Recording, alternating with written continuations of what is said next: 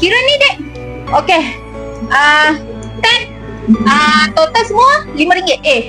Salah ni. Saya ambil sabun promosi dekat rak tadi RM3. Awak scan RM5.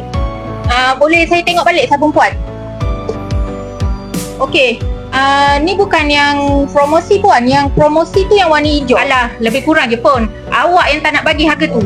Bukan saya tak nak bagi. Dan memang yang promosi tu warna hijau. Kalau dah tahu yang hijau tu promosi, letaklah banyak sikit. Ni tinggal yang kuning aja. Puan, kadang kita terlalu biasa dimuliakan bila beli, sampai kita lupa cara hormat bila menegur.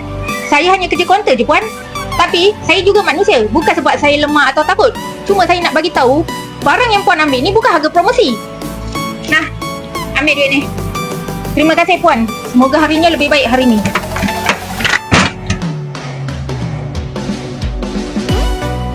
Okey, terima kasih.